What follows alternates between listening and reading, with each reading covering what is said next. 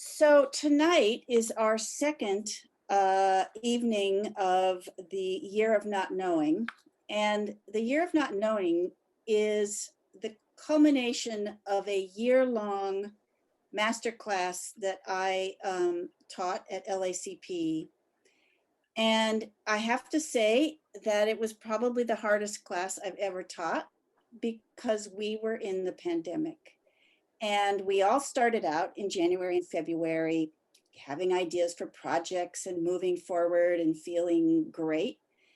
And by March, everyone really kind of went off the rails. I mean, some people continued with projects they had already started, but others found whole new ways of making work. And tonight is a perfect example of that because the three artists that are presenting their work tonight, all the work was created during COVID. And so usually at the end of this class, we have a big show at LACP and everyone invites their family and their friends. And it's just this wonderful, remarkable evening. Well, of course, that didn't happen this year. And a huge shout out to the incredible Sally Field, I know she's here tonight, who was in the class, who suggested that we create a virtual exhibition through a website that she designed from the ground up.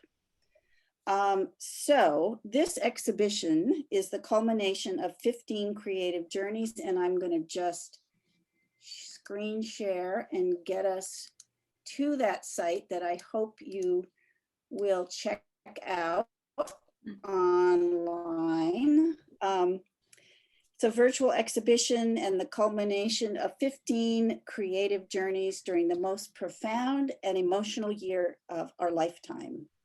The exhibition is in fact a historical marker of this moment in time with insightful individual projects that speak to gratitude, anxiety, memory, place, and simply being human.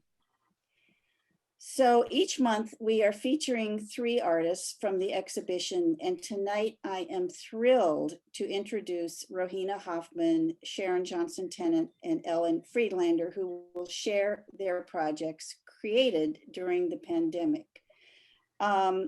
So when you go on the site, you can see everyone's name, and then you can click into their name and find out about their project. But the other thing we did is we considered new ways to respond to this moment in time as a collaborative effort. We were inspired by an article in the New York Times written by Larry Smith about challenging people to describe their worlds in 6 words, a form that he calls a 6-word memoir. As visual artists, we took the challenge even further, creating visual descriptions to accompany our carefully chosen 6 words. And I am going to share this wonderful publication. Jason is going to put the link in the chat, and you can purchase this on MegCloud. I think it's only $10. So it's really, really a wonderful book. I'm going to go through it quickly. I showed it last month, but I think it deserves a lot of attention. So The Year of Not Knowing. And I want to just point out Sally's incredible graphic design where it says 2020 in between the words.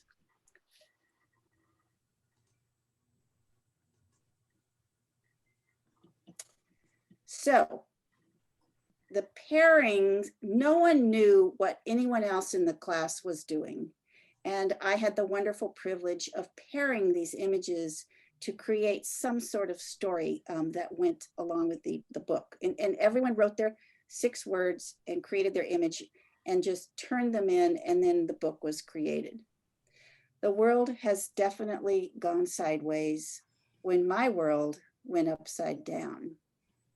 This world is unnatural to me, looking ahead, looking back, looking ahead.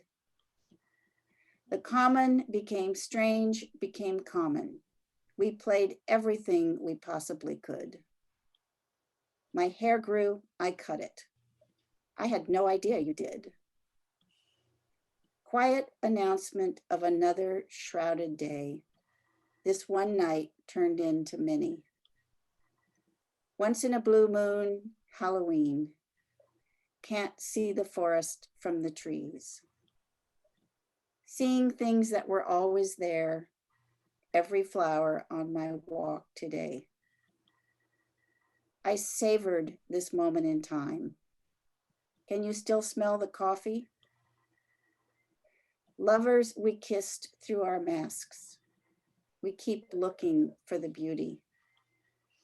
We long for touch and connection. Parents, no hugs, no goodbye kisses. Pandemic advice coming from all directions. Stoic, still trying to stand strong. Traveling when no one else is. Discarded, all travel has been canceled. Keep your nose under the mask. Thank goodness for essential businesses. Zoomed out, virtual life is exhausting. Even the dog begs for privacy. Holly's Roadkill Saloon, no masks allowed. Backyards become front yards, boundaries are everywhere. He refuses to wear a mask, cash only, and face mask required. Small towns, small minds, no masks. I will vote for any Democrat. American dream, the streets of LA, we say his name, George Floyd. Reckoning, gratitude, isolation, injustice, reflection, regeneration, wake me when it's over. Where life takes me, I go. After the plague came the Renaissance. This did not have to happen. Beauty is present in death. So thank you so much to Sally Ann Field for designing this wonderful publication. And if you would like to purchase it, it's the link is in the chat. So it's truly remarkable what you can do as a group. I mean, none of us could have created that on our own. So it was really a treat to have this group effort and have it come out so beautifully. So I am going to now introduce the artists, and I really, really encourage you to put questions in the chat as you hear each artist's lecture, and then I will feed those to the artists once all three people have shared their work. So we are starting off tonight with the wonderful Rohina Hoffman, who I just have to say, she is featured on Lens Scratch today. So I am doubly thrilled that she's here. And Rohina, I hope you see all the clapping in the audience.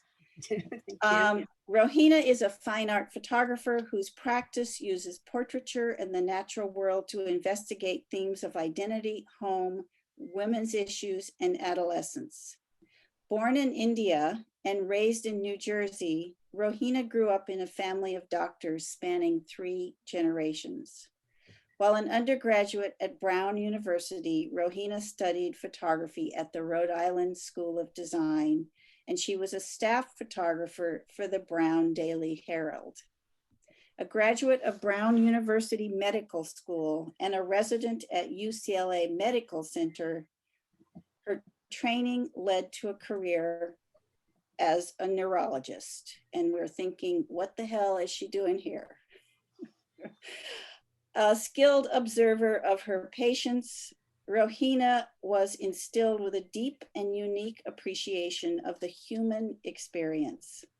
Her ability to forge the sacred trust between doctor and patient has been instrumental in fostering a parallel connection between photographer and subject. Rohina published her first monograph, Hair Stories, with Damiani Editori in February 2019. accompanied by a solo exhibition at Brown University's Alpert Medical School.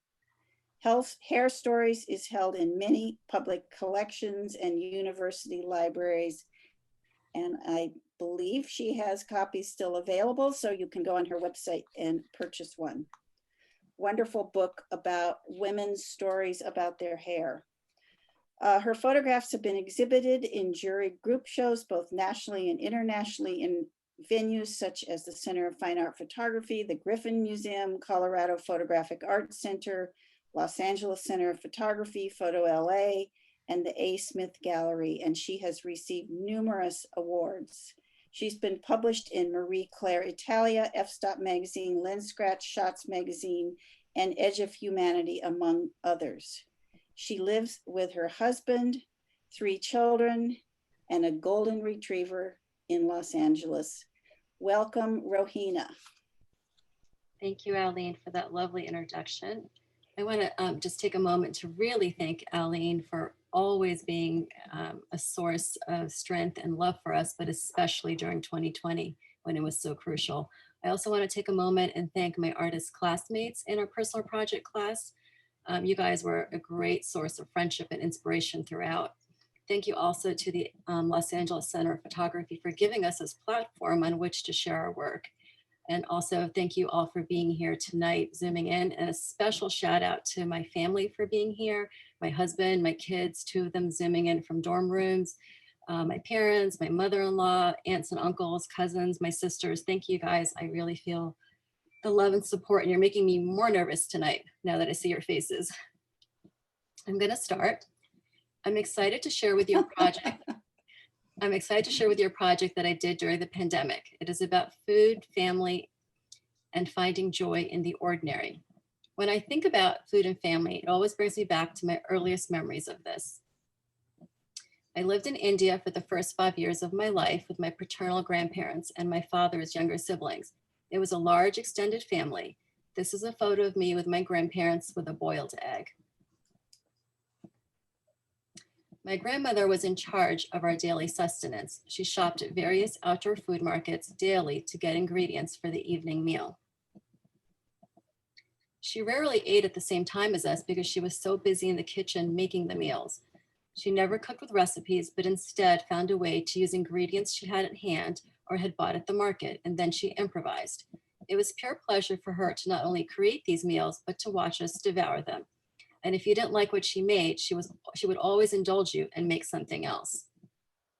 The meals ranged from the simple to the lavish, but each dinner was a time for everyone to stop, gather, and connect. I lived in this household during my early childhood, and it became a part of my subconscious. Food was nourishment for our bodies and also, as importantly, for our souls. I came to appreciate the idea of the family ritual of dinner time and the idea of giving through food. I realize now that this traditional division of labor, where women are the ones that are relegated to the kitchen, glosses over the very important fact that they were also the gatekeepers of our health and nutrition. Fast forward to the 1970s and early 80s, growing up in New Jersey with my parents from the age of 5 onwards, my mother was also the main chef of the family, despite her busy work schedule. The family dinner ritual continued, and my sisters and I always ate dinner with our parents, no matter if anyone was working late or had after-school activities. My mother also loved entertaining, and she would have large parties of over 100 people where she insisted on doing all the cooking herself. She took great pride in her ability to create home-cooked meals for our parties and loved working hard to make something special. The picture on the left of me with my 2 sisters, I'm the one wearing the red and white checked coat, and this is outside our house in New Jersey. And then the picture on the right is my mom and myself standing behind my younger sister as she blows out her birthday candles. Even for small birthday parties, my mother cooked everything. Fast forward to Los Angeles 2020. My own approach to cooking was more varied and ambivalent, and as you can see with the paper plates, sometimes quite casual. I would sometimes see it as a chore, and at other times I would play the consummate chef and want to prepare a near gourmet meal. At times I resorted to ordering in. I often chose what to make and then rounded up whoever was around to help. It was often around that time that my kids would say they had more homework to do and disappear. This photo is of myself, my family, It's my husband and my 3 kids, and you can see them there. And we're sitting at the kitchen table eating something homemade that I made. And it's interesting that this is the only one photo I have of us sitting at this kitchen table where we eat 99% of our meals. Dinner was more about filling our physiological need for food, then followed by connection. 2020 was the year I was supposed to launch 2 of my children into the world, and now all that was put on hold. I had more time with them than at any other point in our lives. So COVID-19 changed the way I thought about our dinners and our dinner time. I want to show you what early lockdown looked for my family and what was to become the backdrop of this project. Even though the pandemic is still going on, those early days of lockdown looked and felt different than they do now. This is March 12th, 2020. My kids are sent home from school early. School is closed now through spring break, at least, they say. They come home still a little bewildered, not knowing what is happening, but joining in the sort of excited, astonished communal state, not knowing what will happen next or what to think. It's as if time just slowed down and then stopped. Early phases of lockdown were filled with confusion interlaced with fear. We stayed at home only to venture out for the family walk or go to the grocery store. Streets were really, really empty. We encountered our first line to enter grocery stores. Once inside, empty shelves. There was actually shortages at the market. Getting eggs felt like winning the lottery. While my family was fortunate enough to always have food and not go hungry, we did feel the strain of limited supply. We still felt a little out of sorts and self-conscious wearing our first face coverings. This photo is of myself and my husband wearing gaiters before they were relegated to not being appropriate face coverings. It was also strange at that time and really highlighted what we took for granted. And this was even before the political unrest that followed. My life at that time was really about sustaining my family members. Besides Zooming, we cleaned, we cooked, we spent a lot of time with our dogs. We baked, we made Dutch babies. We became baristas. We hiked. We streamlined our workwear. We home edited. We called seniors in our community to check in on them. You binge watched a lot of TV. There was this rhythm of doing a lot or trying to be inventive and productive, spending lots of time together, followed by doing nearly nothing at all. We tried to make special moments despite our disappointments. We dressed up in what would have been prom wear. We graduated in a parking lot at the Rose Bowl. This became the backdrop to my project. Lockdown with my husband and kids, my husband still going to work, my kids Zooming into school, us all trying to salvage and make the best of our situation and find joy in the time we had and in the rather mundane tasks of our daily lives. The family dinner then took on a new importance in our lives. My project in gratitude is an homage to food and family. It's a series of portraits of myself, my husband, and my 3 children showcasing the foods we used to create our daily meals. I also wrote poetry to accompany some of the images. I started taking the photos early on, my first one in April, and it became a near daily practice. In my previous work, I had often used family or friends as my subjects, so having my husband and my kids become my subjects for this project was not much of a stretch, and collaborating with them on this made sense as I was celebrating family. The project started rather serendipitously. A friend of mine stopped by my house in early lockdown, delivering rosemary from her garden.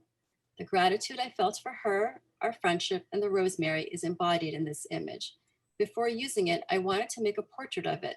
I used some later to make a roast chicken, and even later, I would learn to do all sorts of things with it, like drying it and grinding it for future recipes.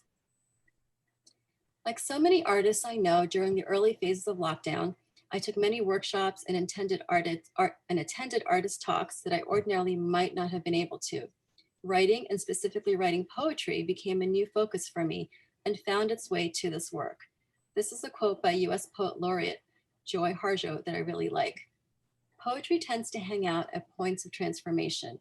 People may not have much interest in poetry at all, or even read it much, but when a death happens in the family, or some grief event, or marriage, or falling in love, or falling out of love, birth, people always turn to poetry. I'm going to read some of the poems I've included in the project, starting with this one. Preprandial. Crushed garlic vacuoles empty out their sulfur, alarm for what lies ahead. A rising heat, a coated calculus rests.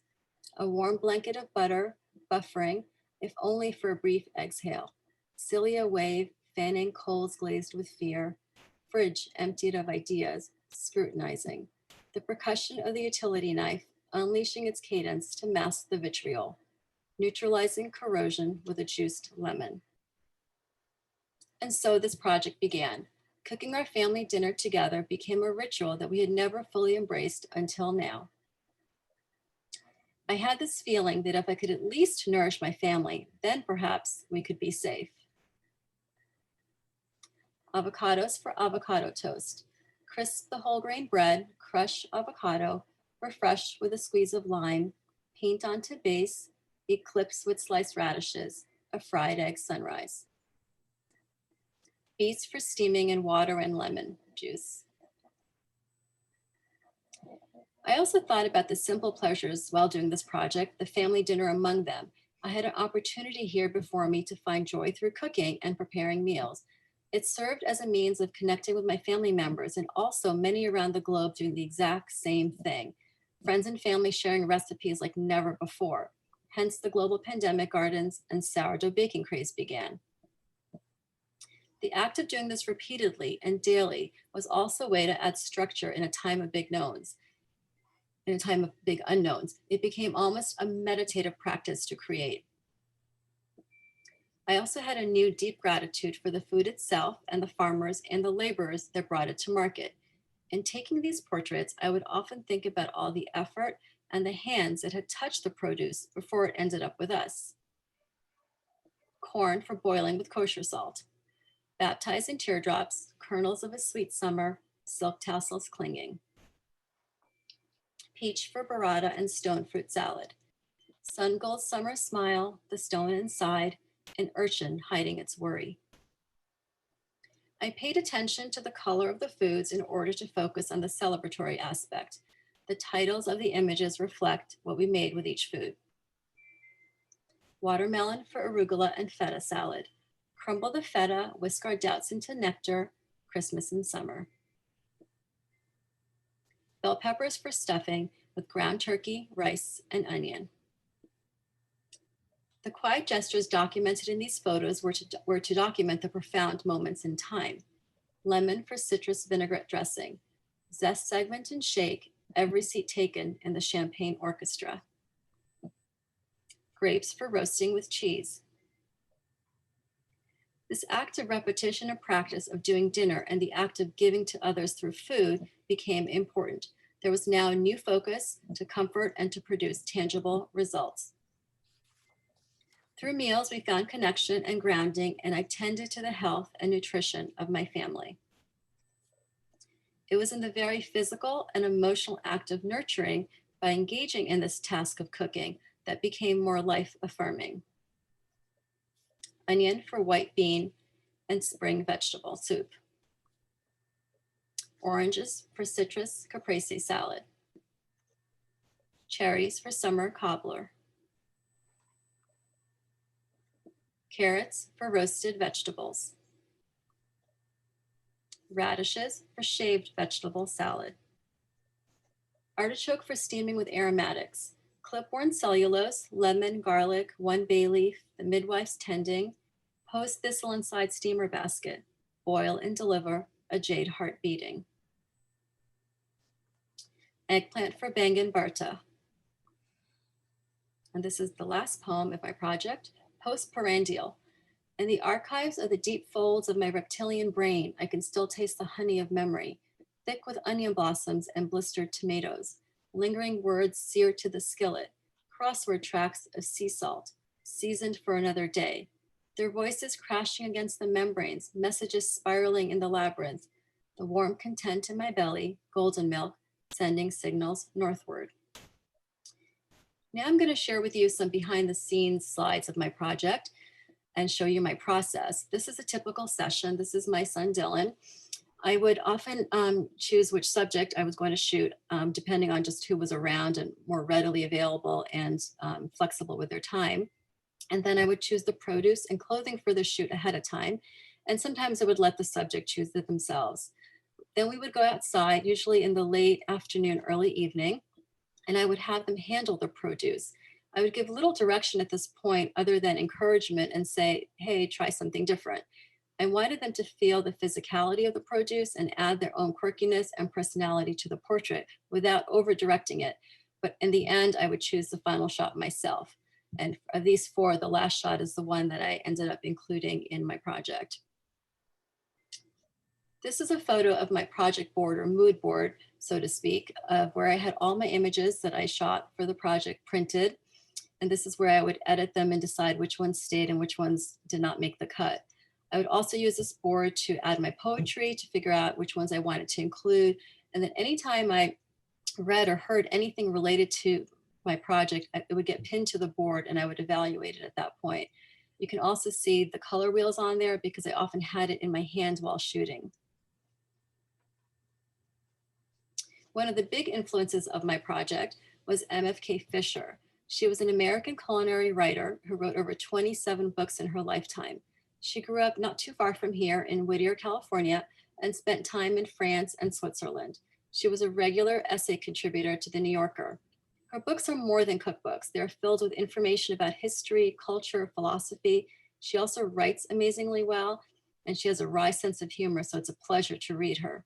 This book, How to Cook a Wolf, was first published during the height of World War II shortages, and it contains recipes and advice on how to nourish yourself during times of crisis. And it became so relevant during 2020. It is about rising above panic through the use of creative methods in cooking and cooking economically to feed and calm yourself. During World War II shortages, it was not an easy time to put dinner on the table, and she thought of this collective fear and anxiety and even hunger as a wolf, an uninvited guest that we had to keep at bay. All over the world during times of crisis, it has been women innovating in food shortages, all possessing a living history. I'm going to read you just two of my favorite quotes from her. I believe that one of the most dignified ways we are capable of to assert and then reassert our dignity in the face of poverty and war's fears and pains is to nourish ourselves with all possible skill, delicacy, and ever increasing enjoyment. And with our gastronomical growth will come inevitably knowledge and perception of 100 other things, but mainly ourselves.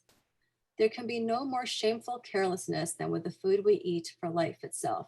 When we exist without thought or thanksgiving, we are not men, but beasts. These are examples of some of the recipes in her book.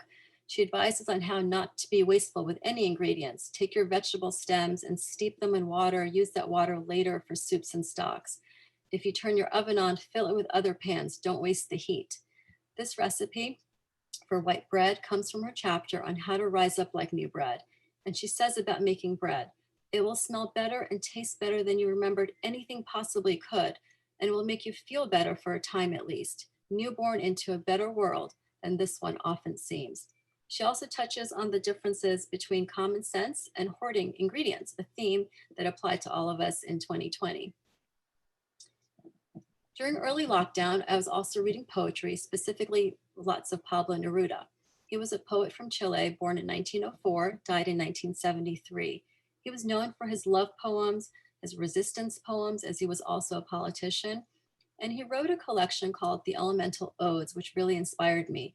His odes transformed mundane items into magical poetic elements, while at the same time highlighting social and political problems of his country. He wrote these in his late 40s, committing to writing one ode a week, and wrote 225 of them. This is a page from his book, Elemental Odes, showing you some of the poem titles: Ode to Bicycles, Ode to a Box of Tea, Ode to the Chair, Ode to Bread. And finally, I want to end with a poem by Joy Harjo called Perhaps the World Ends Here. It resonated deeply with me. And I'm going to play the video and hopefully it won't crash. The world begins at a kitchen table.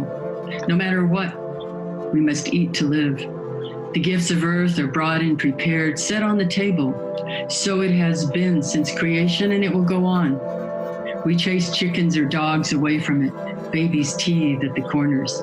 They scrape their knees under it. It is here that children are given instructions on what it means to be human. We make men at it. We make women. At this table, we gossip. we call enemies and the ghost of lovers. Our dreams drink coffee with us. As they put their arms around our children, they laugh with us at our poor falling down selves, and as we put ourselves back together once again at the kitchen table. This table has been a house in the rain, an umbrella in the sun. Wars have begun and ended at this table. It is a place to hide in the shadow of terror, a place to celebrate the terrible victory. We have given birth on this table and have prepared our parents for burial here.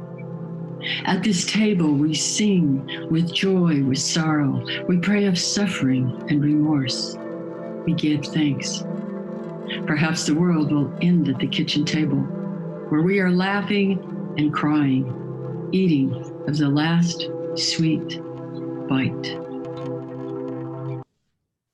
In her poem, the kitchen table represents all human endeavor.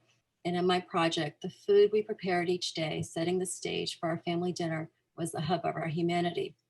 I became a part of this living history, connecting me to my mother and my grandmother in a profound way. Thank you. Thank you, Rohina. That was truly wonderful. And don't forget to put your questions in the chat if you have any questions for Rohina with that wonderful project.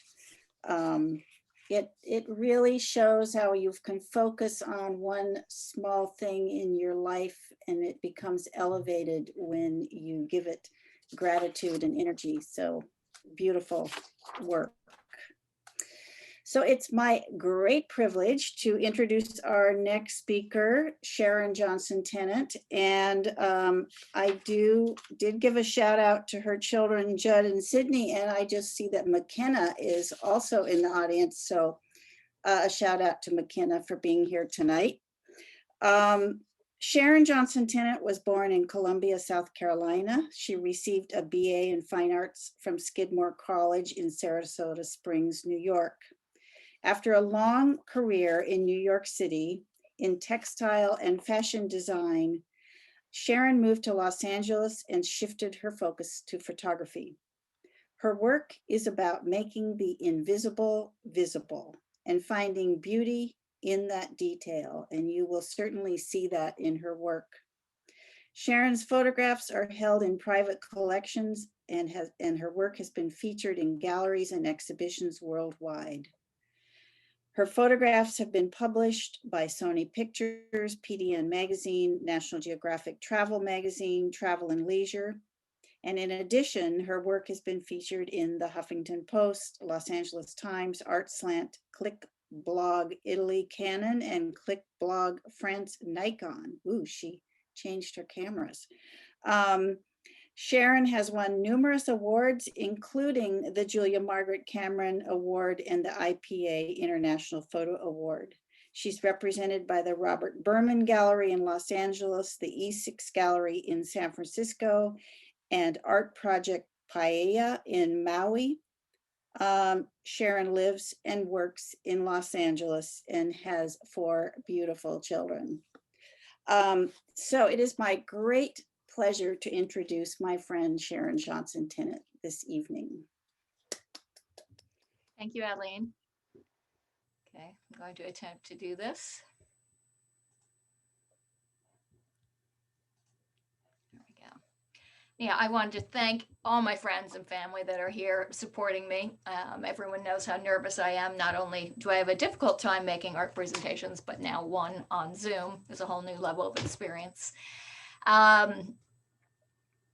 Yes, and thank you all my children for coming in. And Rohina, thank you so much for your wonderful, wonderful presentation. That video at the end too, about the food at the woman with her video at the end was really remarkable. It brings me to tears. Anyhow, I'm going to begin before I get too nervous. Thank you and welcome everyone for coming tonight. Color has been one of the most, whoops, sorry, now we're not working. Okay.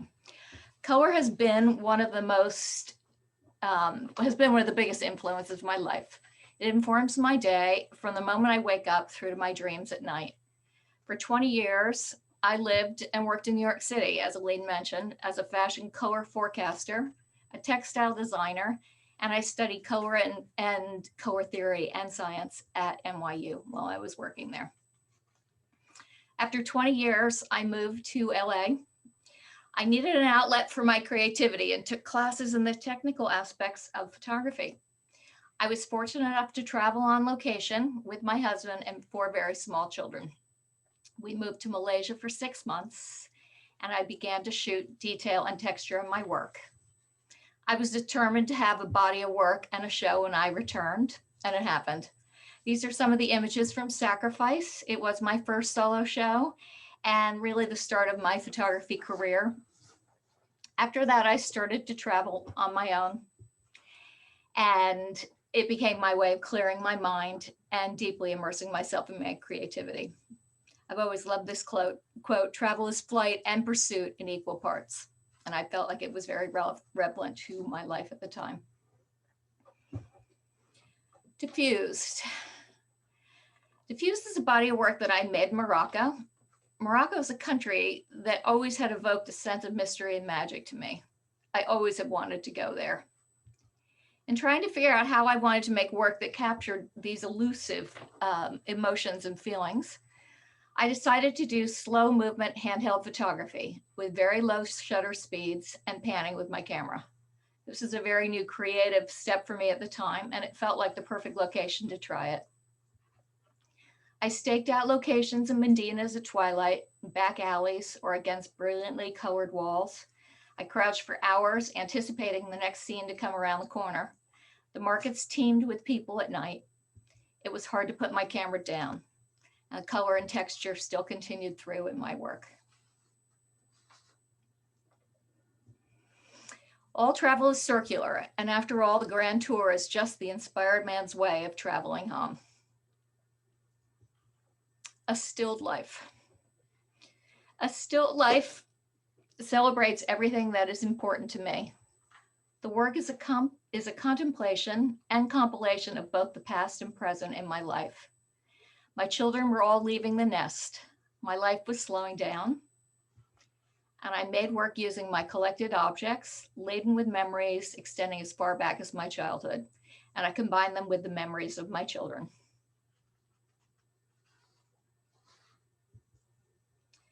Diffusion. Diffusion was my very first solo show at the Robert Berman Gallery here in Santa Monica. The exhibit itself was curated by both Robert Berman and Rose Galleries. They had combined images from all aspects of my life's work, putting together a show they felt had a sense of mystery to it. Reveals either waiting to happen or that had already happened, leaving the viewer wanting to explore deeper into the hidden or contemplate the surreal in the work. This was in a monk's kitchen in Stock, Ladakh, India. This image was made in Block Island. This is my home of 50 years and a constant source of my work. Bird Market was made when I was in Hong Kong. It's a very overwhelming place, the bird market.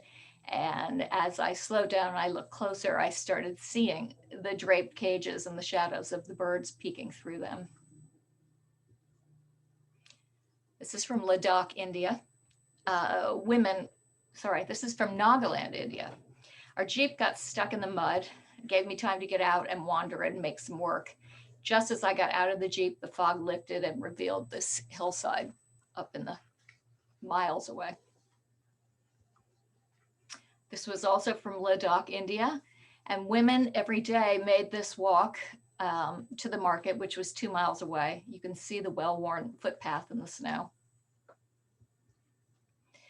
This was on a very long, winding, narrow road up to the Himalayas. We pulled off to the edge of the road. This is the only house that we'd seen for miles. It was only as I zoomed in with my camera lens that I noticed there was a lone woman sitting outside. Again, this is from Block Island, my childhood home and favorite place of 50 plus years. This is a rowboat on the pond at Suckham Pond. This boat has been moored here in this same place in this pond for as long as I can remember. Again, Block Island. and the blue suits. Sitting on the beach, I saw these two women entering the water holding hands. I couldn't run there quick enough with my camera to get this image. This is from Daintree, Australia. This is an inland waterway in the northern rainforest section of Australia. The smile in the ripples of the water caught my eye, and I made this image. Papua New Guinea. I was dropped by a dugout on an uninhabited island. It could have been uninhibited. I was free to explore the beaches, and this log seemingly floating there. Instantly in my brain, I went, McGree. So this brings me to the body of work that I made during this past year for our masterclass. And it's called The Boundaries Were Everywhere I Could Not See. The work is a visual journey of my life over the past year and a half. The images were born, sorry, I'm going to read this. The images were made from both within my home and throughout my neighborhood and are paired with the written word. I started walking my neighborhood to escape personal pain. Then COVID hit, my pain expanded with grief, and the days disappeared as I continued walking. The neighborhood was empty. The streets were devoid of life. I cried on street corners, I stared at the sky, and I made work, lots and lots of work. I realized I had an inner dialogue while I was shooting the exterior. My writing was instinctive. It only took me several minutes to capture the feelings I've had as I made an image. The pain and loneliness of a new reality was combined with a found sense of absurdity, and I started seeing the world in a different way. My boundaries became clear. This is the start of the body of work, and I'm going to read what I wrote along with the images. Listen to the silence. It is a lie. My whole life is happening inside my head. I am leaving. I am staying, but the crickets are still chirping. There are nights I can't share. Listen to the silence. It was night. I lay down on the grass and looked up. Someone stopped and asked, "Are you okay?" The rose is wet, but what of the fruit? Will it open? Magic through my screen door. Everyone needs rainbows and unicorns. There was a celebration. Was there a celebration? Sit here. People do this. Have I? Wilted, bruised, still alive. Can it be touched? I found a home. Is it taken? It even has a garden. I can stay here. You are too close. Come closer. Look, I am joy. I sit on the sidewalk staring. What world is this that seems so full of decay, yet still so vibrant, so full of life? Can I reach you? What place is this that thrives in dark, damp places? Do fairies live here? Passing by, he could be anybody. Am I somebody? Anybody? Sharp but soft, untouched but yearning. Can it be touched? Can I be touched?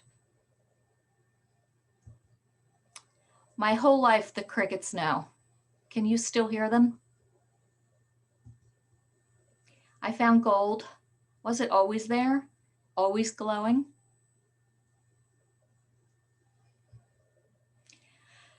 So I'm still out now, walking the neighborhood, seeing the world in a different way, as we all are, as we all are. I want to say a special thank you to my family and friends who helped me get through this crazy past year, and a big thanks to my photography community for all the support given during this year of not knowing, And always thank you, thank you, thank you, Aline Smithson, for all you do to make our world shine. Oh, bravo, Sharon. Beautiful work. Thank you. I just looked hard at that last photo. Oh. Great. All right. We end the evening with the amazing Ellen Friedlander, who had quite a journey towards the end of COVID that she will share with us. And Ellen is a fine art and documentary artist who uses the idea of memory, displacement, and photographic truths to make the unseen visible. Her work has been most influenced by 20th century street photographers. Their iconic photographs inspired her from the age of 16 to take the streets across the United States and Hong Kong, where she has lived. She holds a BFA in art and with a minor in photography from Ithaca College and an MA in mass communications with an emphasis in advertising from the University of Florida, Gainesville. After many years of working in all facets of the business of photography, assisting, styling, representing, and working on her own photographic assignments, she has found her own way of expressing the street with her wonderful extended frame technique, which she will share this evening. After moving to LA in 2018, she joined the Los Angeles Center of Photography and the Pasadena Photographic Arts or Photography Arts PPA. And in 2019, PPA added Friedlander to their advisory board to help broaden their reach as a place for photographic artists living on the east side of Los Angeles to find community and to share their work in the open show and forum. Friedlander has exhibited her work internationally, including the United Jewish Congregation in Hong Kong, St. Xavier University in Chicago, and various galleries in Los Angeles and Krakow, Poland. She's been featured in Lens Scratch, The Hand Magazine, The Candid Frame, episode 499, and her work was included in the winter 2019 Focus Photo LA Top 20, and most recently, Hiding 4 was the cover photograph for the APA LA Off the Clock exhibition, curated personal photography exhibition. Friedlander spent 15 years in Hong Kong raising her 2 children before moving to California, and she currently lives and works in Los Angeles, and we are so happy to have her in our community. So welcome, Ellen. Thank you, Ellen. Okay, we're going to share a little bit. Hi, everybody. Good evening, and I'm thrilled to be here. I want to thank Jason and all of LACP and the community for your support and love and giving us this wonderful opportunity to share our work tonight. I also want to thank my daughter and my son, who without them I wouldn't be here at all. And Rohina and Sharon, being here tonight with both of you is truly magical. So my talk today, I'm going to really share, oops, there we go. I'm going to share first my family in the pandemic mode, and I am a street photographer through and through. So when we went into lockdown, not only did my daughter feel the need to document our family, but I just took to the streets immediately. So the first several months, March, April, May, June, before the social unrest, I was a possessed human being. So I'm going to take you from the street and how I have taken thousands of photographs, and then through that have needed to expand what that means for me with the extended frame. I'm going to take you back to 2014 when I was in Hong Kong after moving to the United States in 2010, and I had an opportunity to roam for a whole month. And I made this photograph, And I came back to the United States, and I knew I had made like 4,000 photographs, but I didn't look at them. So in 2017, I went back and I made this photograph from what I just shared with you in the raw form. And I kind of felt that I had done something.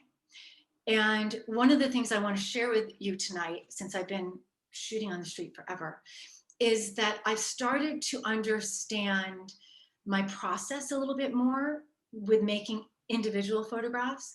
And in making my individual photographs, I learned that I needed to really push myself to expand it.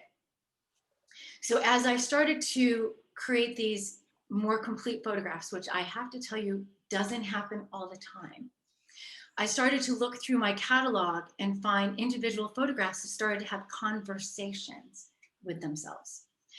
And I've always enjoyed puzzles from a young age. And so this led to my first extended frame photograph. And I was beyond excited. I was like, okay, but to make another one doesn't come quite that easy.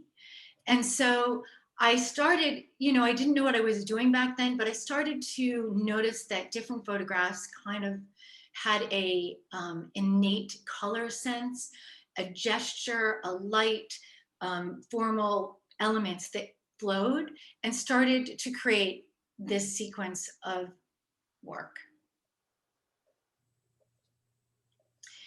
This photograph was one of my early ones and is very much different than all the others that I've made up till recently. But the whole idea of being a voyeur, and this is all done in one hotel room, and there are 3 different photographs here, and the light plays a very magical element, as well as the vantage point that I was able to combine in this extended frame photograph. And I have to thank Michael Robabi for pushing me here. I have photographed in numerous years since I'm moving to the United States on Hollywood Boulevard because of the street history with Lee Friedlander and Gary Winograd, to name just a couple. And I took it upon myself to really walk those streets because they meant so much to me. And so I made the photograph on the left called That Smile. And I really wanted to create an extended frame for it, but I couldn't. I didn't have other photographs in my catalog. I didn't know what to do. And Michael Robabi's California Love Book pushed me to make this photograph over this last year, because I had to go back out to Hollywood Boulevard in, just before the book went to publish, and I made the photograph on the far right. So, sometimes a little bit of push goes a long way. So flash forward, I want to take you all through how I started to make photographs here during the pandemic. There was an eeriness to the street as I walked right away. First, every month, it wasn't even every month, every Monday around noon, I started to go to Hollywood Boulevard and see the changes. And that's how this photograph took place, because I was there. And then I expanded my reach, and I was leaving the house like at 5, 6 o'clock in the morning. There was nobody on the street. And I was really riveted by the quietness. I was standing in the middle of the street. I was going from downtown LA to Santa Monica in 20 minutes.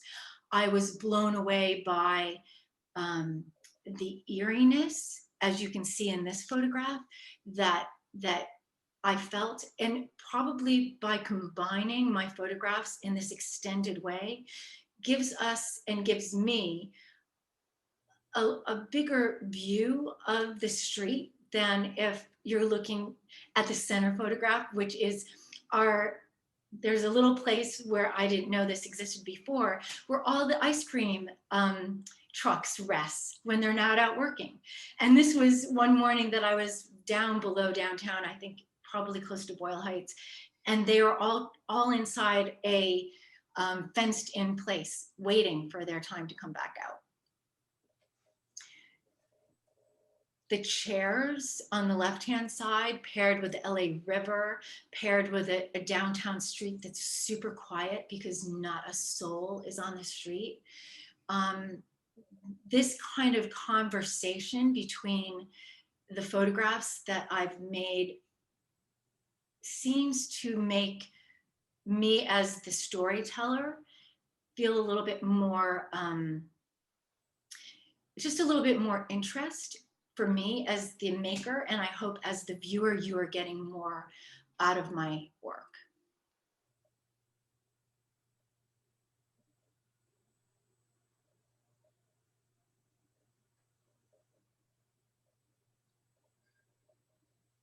I love when there is a sense of mystery and ambiguity, when I'm able to put several photographs together that don't really, you're uncertain as the viewer if you're looking at 1, 3, 5, and the idea of playing with color, shape, gesture, mood, it all goes into the idea of creating the extended frame photograph. So I had a wonderful opportunity, my daughter and I, to visit my son who just moved there. He moved in September, and we followed to see him over the holidays. And just to give you a little idea, I'm going to a little bit later on show you our quarantine experience, but there are 8 cases right now in Hong Kong on a daily basis. So when we went to Hong Kong from LA, where our bubble is super tiny and weren't going out, when I got to walk on the street, I actually had sea legs in the beginning. I was overstimulated. It was a little unnerving, but my awareness to my environment had never been more heightened.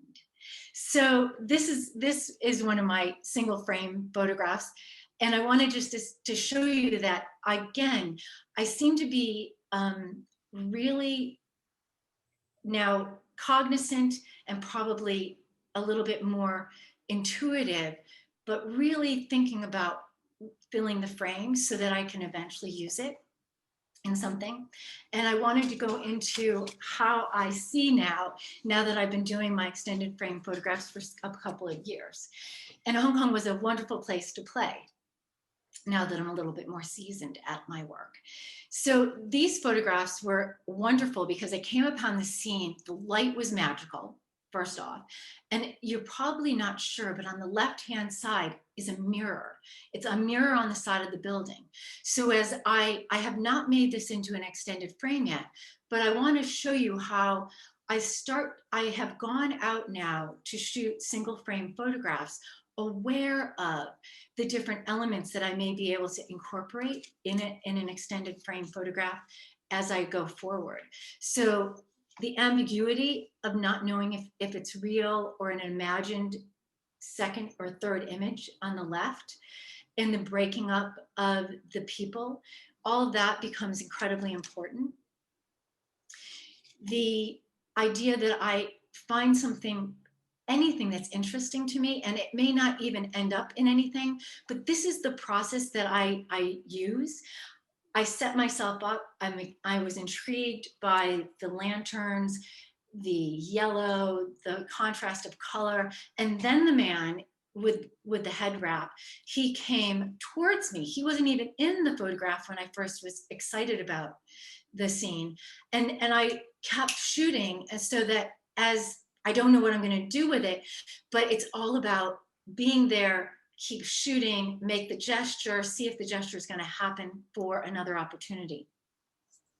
Again, I was walking the streets and I noticed the guy on the right making the graffiti, and that alone was enough to stop me. And then on the corner of my left side of the frame, I noticed the kid getting his haircut inside the establishment. So I perched and I had to dodge the traffic. This is a super tight road with trucks and cars coming up at all like speed, but I would duck in and out of the traffic line in order to try to capture a photograph that may be able to be used, because I was intrigued by the light by the colors on the wall, by the graffiti artist, by the gesture of the guys walking by, the barber, you know, doing his haircut. All of this is how I am walking the street. This was magical. The photograph on the left, out of the corner of my eye, I saw the man deep in thought. And that is the raw, no cropping on the left-hand side. But I waited. And so I'm giving you an idea, like I started to think about, I couldn't get too close because I didn't want to disrupt him. And I kept photographing. So these are photographs I hope to incorporate. This, I felt like I was living a Cartier-Bresson moment here.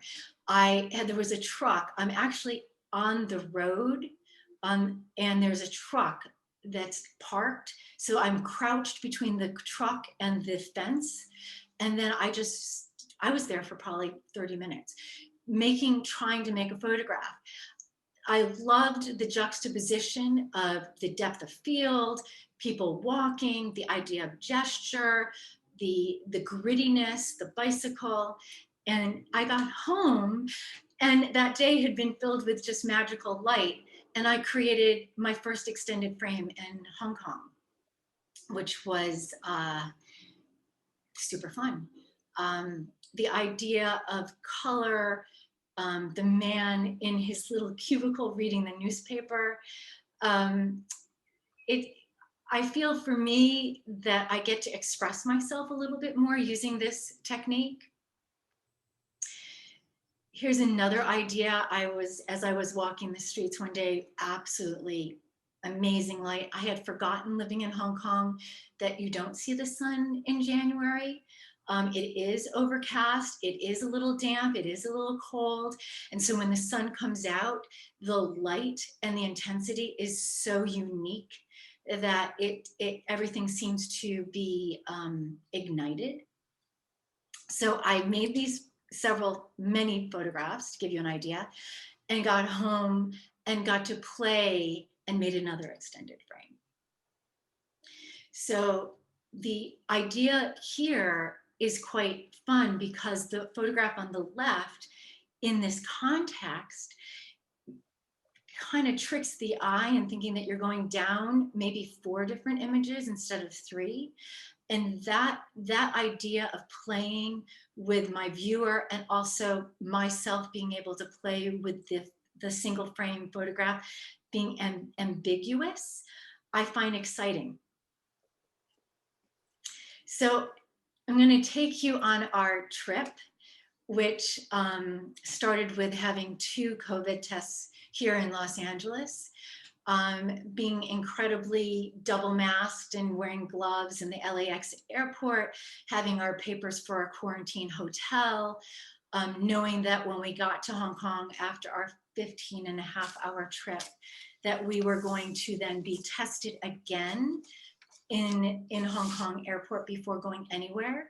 So never before had we landed in LAX, and the picture up to the far corner, that is set up. It was set up for every flight that came into LA to Hong Kong International Airport, which not too many people are flying in, but we were immediately gone through with everybody had their suits on, not us, but everybody who met us. And our papers were checked. We immediately had to do spit tests, and they were given a seat and a table to sit at. And there we sat for 8.5 hours. Super interesting process. Then we were released, and then we were all allowed to go to our respective quarantine hotels. We were in quarantine for 14 solid days on the 11th floor of a 2-room flat, a service department that we were not serviced in. We had friends brought groceries to the door, and it was a very emotionally charged experience to be in, first of all, with my daughter for 2 weeks, 14 days. And it was layered going back to Hong Kong on an emotional level, in a place that we had left a life, even though we had gone back. My son has started a new life, and being in a quarantine experience when my daughter woke up the first morning and said, "Hey, Mom, I'm not doing okay. I need to leave now." And I said, "Well, that's not possible." We had trackers on our wrist and we were set. So I started to use my iPhone as well as my Canon 5D Mark III, and to record my emotional, what was going on. The photograph on the left was the first photograph I took on the very first night I was there. I knew that we were having, it was difficult, and coming there and we were exhausted. And this was my reaction. And so these photographs, as Aline had noted today in our tech, are different. They're still my extended frame photographs, but they're starting to emote on a different, more internal place that I didn't know I had before. This keyhole became, a symbol, because we couldn't open the door if somebody was standing there. We had to wait till they went back into the elevator because we could not risk exposing anybody in case we were sick. The windows were our only sense of outdoors, and seeing the reflections, because I hardly slept at all, was my experience in quarantine. The airplanes were not very frequent. It was a truly humanizing way to experience the transition from one country to another. And we could hear people outside, which was also such a strange feeling for us, because there was a lot of chatter 11 stories down, and we couldn't fathom that people were out on the street, since we in LA had been in our tiny little bubble for 10 months. So Lexi and I always looked at each other and said, "What is going on out there?" And so what we learned when we walked outside is that Hong Kong had much better control over the virus than we had or have here in the United States. And that we enjoyed that freedom when we were there. It was quite special. And I want to thank everybody from the bottom of my heart for being here, and my mom, who we visited in July, and I made this portrait of her. And if you want to follow me and stay in touch, there is a way, and a little inspiration of what inspires me. And I want to thank everybody. That's it. Thank you. Thank you, Ellen. That was fabulous. Thank you all three of our presenters. And we're now opening it up for questions. So please drop things in the chat. I saw an early one on for Rohina. Angela Lewis says, "Beautiful, Rohina. I really appreciate you showing us the behind the scenes. I noticed your son had his eyes closed while holding the broccoli and wondered what made you choose to photograph the faces of your subjects, but then crop them out. Is it to hold the memory for yourself, or perhaps a technical reason?" I think when I first started working on this, I didn't know it was going to be a project, so there was no reason for me to not include the faces. And then as I moved through it, I decided I did not actually want to include their faces for two reasons. One, I wanted to highlight the produce and the gestures and the hands, and I felt like putting their faces would detract from that. And secondly, it was sort of my nod to COVID. Wearing a mask, I don't know about you, but I can't recognize people if I see them in the store. It could be my neighbor or a friend, and they literally have to like yell at me because I don't know who they are. Just by seeing their eyes, I'm not good at recognizing faces. So I felt like this was sort of my nod to COVID. Here we are having to interpret body language in a really meaningful way now. So let me just put it out there and just not show you their faces. And also my family was happy that I wasn't showing their faces too. So I have a couple of questions. I mean, I've never heard of roasting grapes. So I'm curious about that. A lot of these recipes, so a few of them are ones that we make all the time. And then I love to look at the New York Times cooking app. I look at Bon Appetit, all recipes. I'm always online finding recipes, and then I'll screenshot them or save them into an app that I recently found. So I'm always trying something different, and sometimes they don't come out very well. But during COVID, I felt like I was really reaching to expand my own personal repertoire of cooking. And that was one that I did not know, and I tried it, and not really my favorite. So I also want to know how this series has made your children consider their relationship to food in the family dinner table, and if this had any effect on them. I think the most tangible effect was, prior to COVID, they're teenagers, high school's really busy. They're always doing homework or after school sports at the time that dinner is being made. So they weren't really involved with the prep of dinner as much as I would have loved them to. And I always felt like one of my bad parenting moves was sort of giving them an out. Okay, you're sitting for a test, I'll do dinner. And so COVID gave me this opportunity to be like, no, this is important. And you will now be part of cleaning up, prepping, setting the table. And they just rose to the occasion. I think they sort of enjoyed it. And honestly, we never had time for it before. It made us sort of do it all together. And cooking together was fun. My daughter became such an amazing cook during this time. She's a much better cook than I ever will be. And so they did find an appreciation for the effort it takes to make the things. And we would talk about, the food itself, and if we want to try something different. It became more of a collective experience as opposed to my just saying, okay, we're having this tonight and who wants to help? And literally everybody would disappear. Thank you. Sharon, Yes. so much of your work is about detail, and you're adding text to your project that you made during the pandemic.